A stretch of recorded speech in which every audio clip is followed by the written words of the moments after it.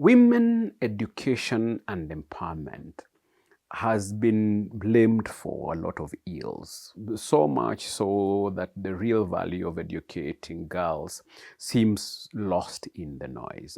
And we would do well to remind ourselves of what research says about the education of girls, even in the midst of the noise about women empowerment. When a girl drops out of school, what suffers is not only her education, it's the future health, stability, and prosperity of an entire family that does not even yet exist. This is not poetic exaggeration. It is a statistically proven fact. Across decades of research, from the World Bank to UNESCO to national demographic surveys, one finding stands unshakably clear. The single strongest predictor of a family's well-being in terms of health, income, and even survival is how long the mother stayed in school. And I will say that again for those at the back and those complaining about women empowerment. The single strongest predictor of a family's well-being in health, in income, and even survival is how long the mother stayed in school. We in education research have known this for years, yet beyond the discomfiture with women empowerment, the issue of girls dropping out of school is still treated as an unfortunate event rather than what it is, a catastrophe, a profound social and economic tragedy. A girl leaving school is not merely a statistic in education or policy. It is condemning a family and probably generations after to diminished health outcomes, lower lifetime earnings, and intergenerational disadvantage. To keep girls in school longer is not charity. It is intelligent, evidence-based nation building. The numbers speak for themselves. Studies consistently show that one full additional year of schooling for a girl has measurable, lasting differences in life outcomes persisting into adulthood. One more year.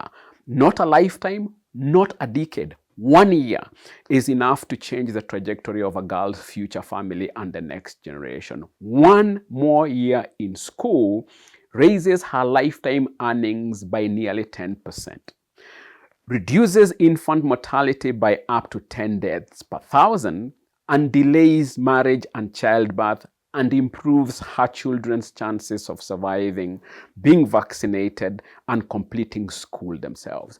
1 year. Let me put this in perspective.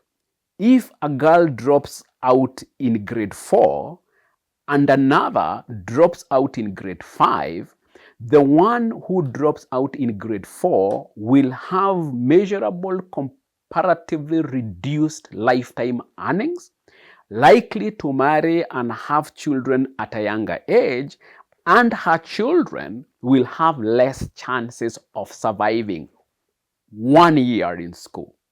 A girl who completes primary school will raise children who live longer. A girl who completes secondary school will raise children who think broader. The path to healthier, more stable families does not begin in hospitals or homes. It begins with girls in classrooms. When a girl drops out of school, we are not just cutting her short, we are cutting generations short. Every year she misses school is a year that will echo in reduced family health, smaller household income, and limited opportunity for generations. If we insist on that 1 more year, that echo is amplified into a wave of change through her children's lives, her community, and her country's future. The correlation between maternal education and child survival, income growth, and civic stability is stronger than nearly any other social variable. If we truly care about family and social well-being, public health, or poverty eradication, then the most efficient thing we can do is simple. Keep girls in school longer. Not necessarily forever, just one more year at the very least. Because that one more year is not marginal. It is transformative. It is the point where information becomes wisdom, exposure becomes empowerment, and potential becomes legacy. And that is why every parent, every teacher, every policymaker, and every community leader should fight for that one more year.